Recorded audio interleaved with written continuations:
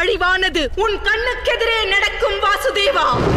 வனவிலங்குகளுக்கு இணையாக யாதவ குலத்தின் வீரர்கள் ஒருவர் மற்றவரின் உதிரம் பருகுவர்.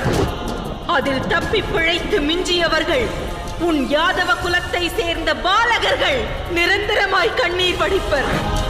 அன்று அவர்களுக்கு ஆறுதல் கூறி கண்ணீர் துடைக்க ஒருவரும் இருக்க மாட்டார்கள். எவ்வாறு இன்று இந்நகரம் களை இழந்து இருளில் மூழ்கியுள்ளதோ, இதை போலவே ஒரு நாள் உனது நகரமும் சமுத்திரத்தில் மூழ்கி அழிவை பெறும். உனது நகரில் ஜொலிக்கும் தங்க பவனங்கள் ஆழி அலையால் அவிழ்த்தப்பட்டு ஆழ்கடலை அடையும்.